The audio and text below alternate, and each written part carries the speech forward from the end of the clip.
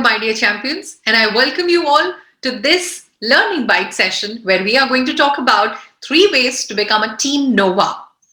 Now, being a part of a great team at work is a phenomenal feeling. You know that feeling? When your team is in the zone, it's a sweet cocktail of emotions. Excited, challenged, safe, successful. You're pumped to get out of bed in the morning and energized throughout the day because your team is a champion team. If you know that feeling, hold on to it.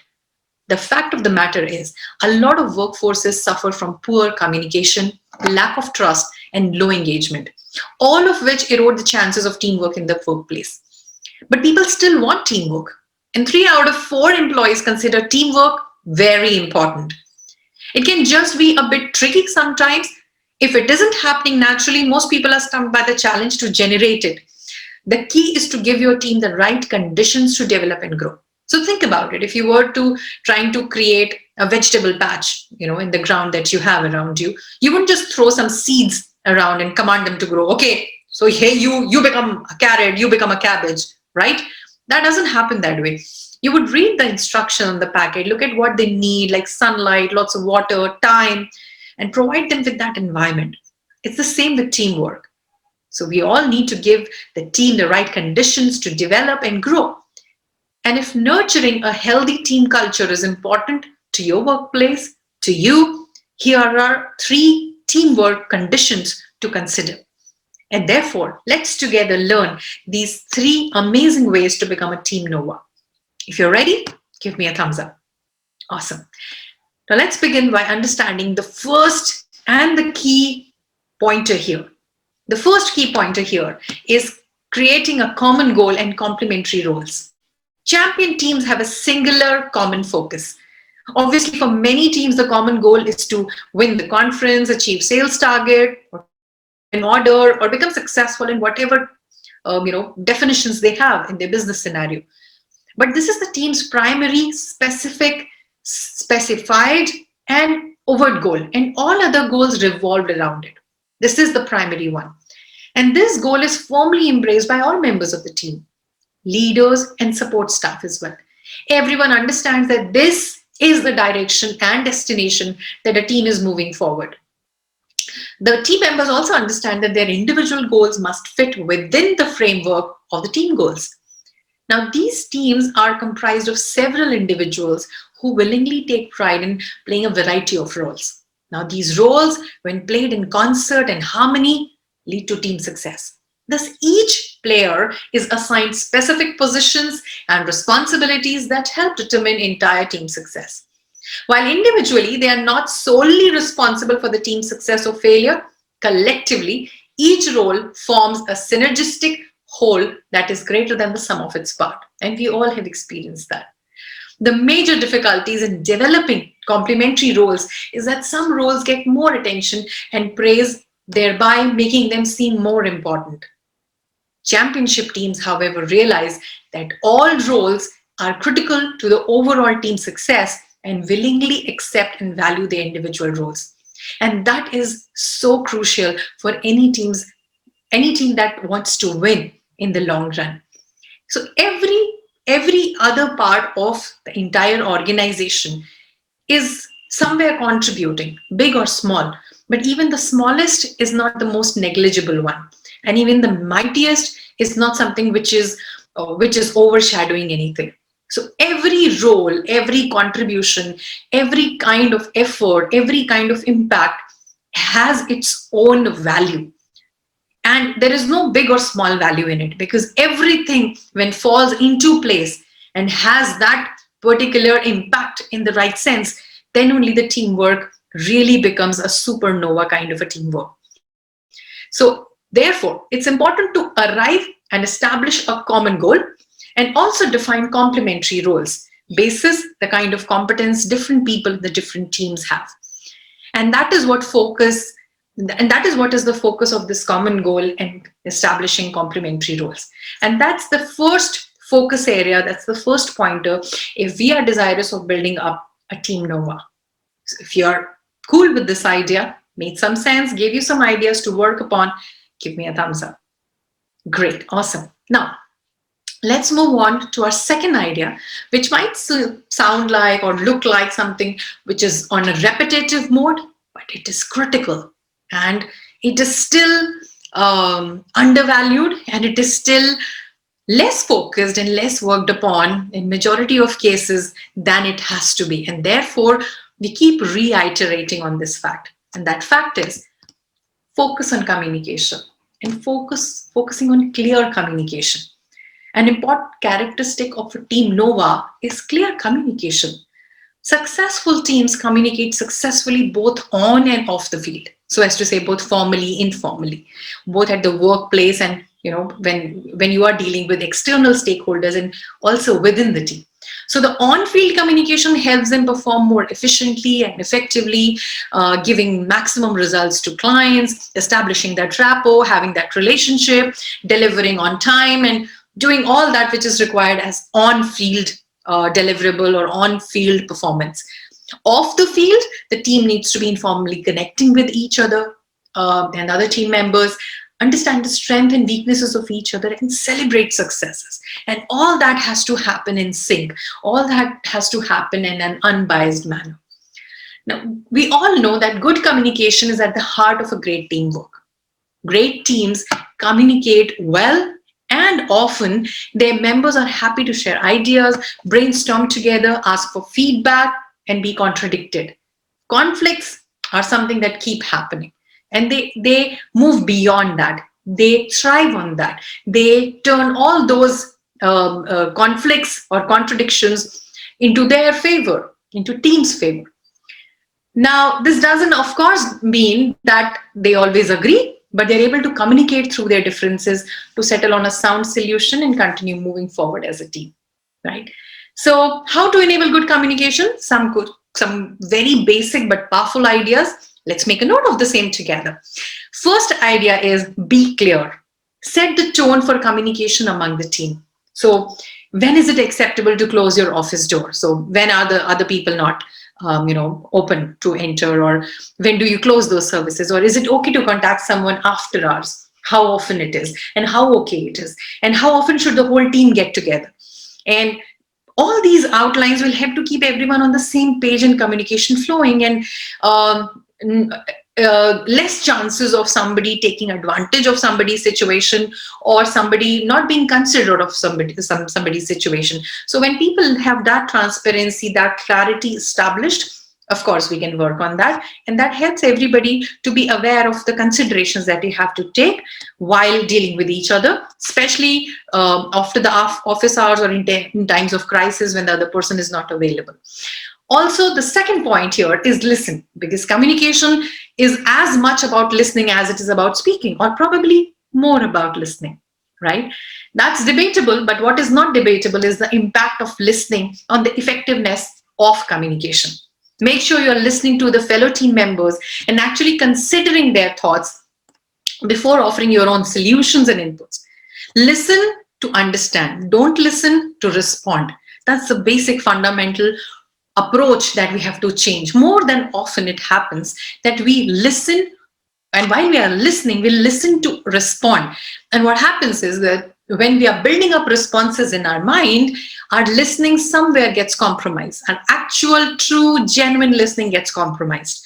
So when we start thinking about a response, of course, the listening gets less attention, and there are chances that some or the other information or some crucial point, some important emotion that we might observe if we are not busy thinking about the response and then just listening, and we miss out on that emotion, and probably that's the crux of the entire communication.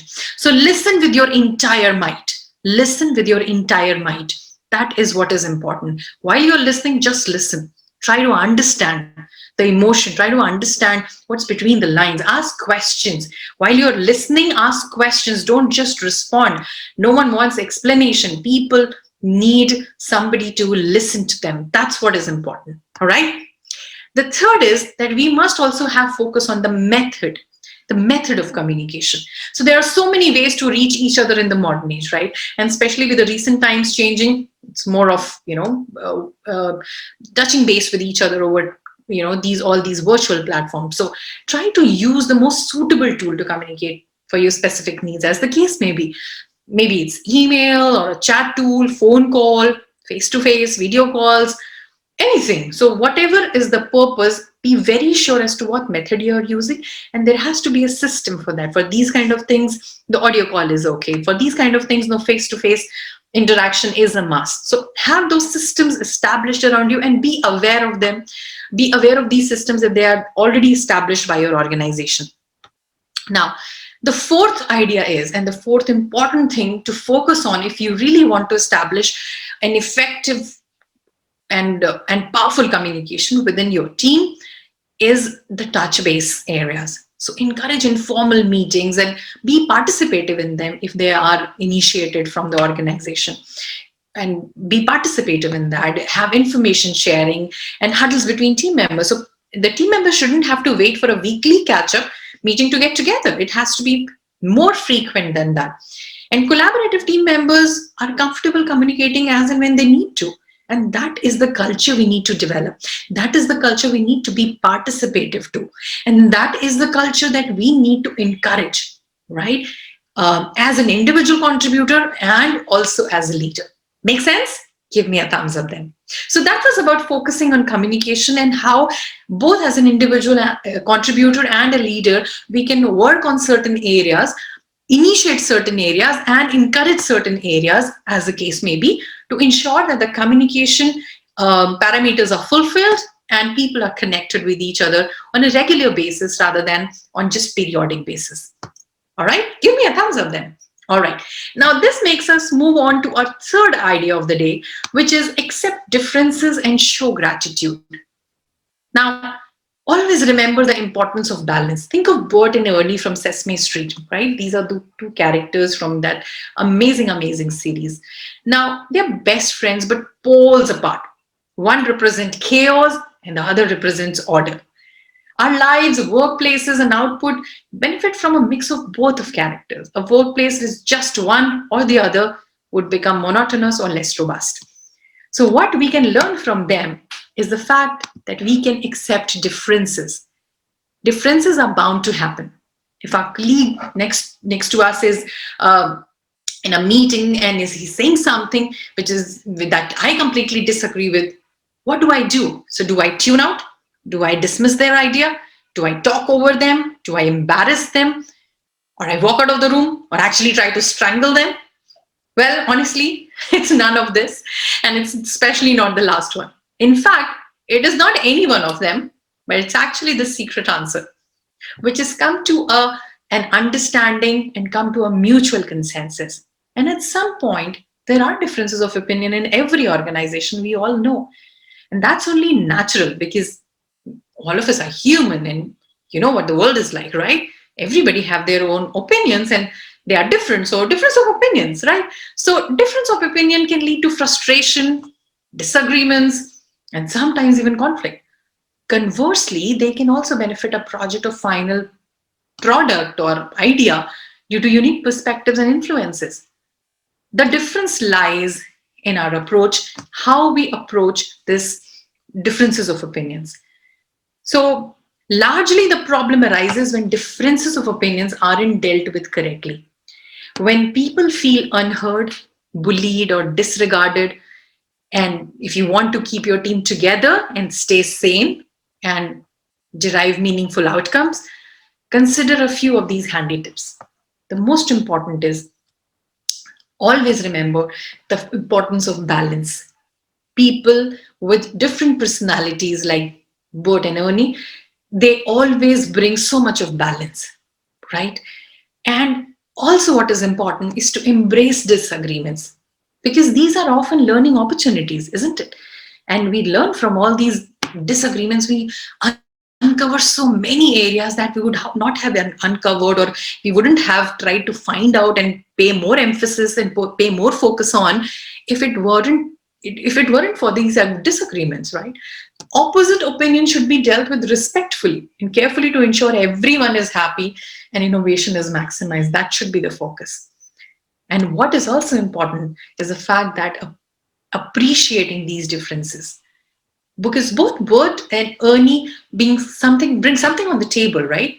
They are not uh, they are not just there for the sake of it. They do have value. They do bring out something out of each other. One is smart is logical, and the other is playful and fun. And even though our team members have different attributes, they should be recognized for the strength they bring, right? And what should be the focus area here is that we shouldn't be playing favorites based on our own personality. So if we are fun loving, we focus more on the fun loving people. No, it has to strike a balance, appreciate the differences, because these differences are the one that bring so much of variety and diversity and so much of vibrance in the entire teamwork. And what is also important while we are accepting these differences is to show gratitude, because it's quite surprising to discover that people actually want to be thanked, right? All of us want to be thanked. That's such a natural feeling. And gratitude is actually proven to lead to an increased sense of self worth and trust within the workplace. So, next steps for all of us, start saying those magical words. Be thankful for the big and the small things that our colleagues bring on the table each day. But a word of caution here, don't go overboard. It's important that your thanks are genuine and timely. Think about quality, not quantity. So, what is important to be remembered here, champions, is that when we have differences around us, it's natural for people to fall into that trap of uh, converting the disagreements into arguments. We have to be cautious there. There's a dual role here. When I be a part of those differences, I take initiatives to not to let those conversations go into the arguments. We should rather be agreeing to disagree. Even that is a fair enough situation, but not disrespecting and not going into arguments, right? And what is also important is that if such kind of disagreements or arguments are happening in front of us, we should take initiatives and support those people involved in the first place in that situation to come out of that and arrive at a mutual consensus or something that they can agree to disagree on, rather than being disrespectful and having those gaps between them, increasing those differences of opinions, transforming from just differences in opinions to differences in people and relationships and rapport. Let us not do that, and let us not encourage that as well. Let us in fact stop that. So volunteer to stop all those situations arising and help people who are involved in those things, so to objectify the differences and then be very focused on solving them rather than getting emotional about it. Make sense now?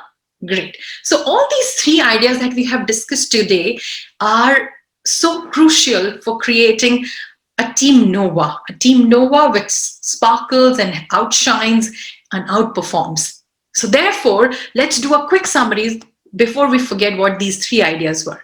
All right. So the three ideas that we discussed today are: first is common goal and complementary role. Create that common goal, align with it, align all your individual goals with that common goal, and have respect for the complementary roles. Identify how each role is complementing the other role. Make sense? Right. The second idea is focus on communication. Focus on a lot of things. Focus on clarity, focus on listening, focus on method, and also ensure that, especially with the team is not able to meet one-on-one, considering these days situation, make sure that there is more of touch base opportunities, more frequency of that, so that people know about it. Let there be a lot of connect, more than what it was earlier, because now it is it is more required than earlier, right? And the third idea that we have is accept differences and show gratitude.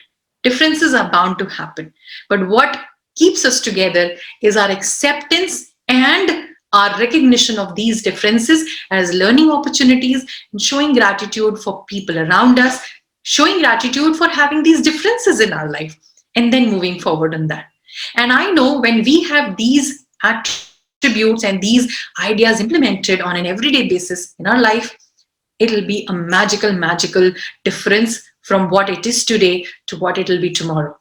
And with this, champions, I wish you all the very best. Congratulations, you are all set to win, because these ideas are bound to help you bring that master team member in each one of you. And if you wish to go on more such learning joyrides with us, You're most welcome. Do connect with us over LinkedIn. My name is Yasha Vatsa from Star Consulting Global, and I'll be happy to connect back with you. With this, champions, I want to thank you for having this session, joining this session, and learning from it. And I am pretty sure that once you start applying these learnings, you will find those magical differences in your teamwork, in the bonding between your team members, and it is going to be great fun. Wishing you all the very best, champions. Thank you. Namaste.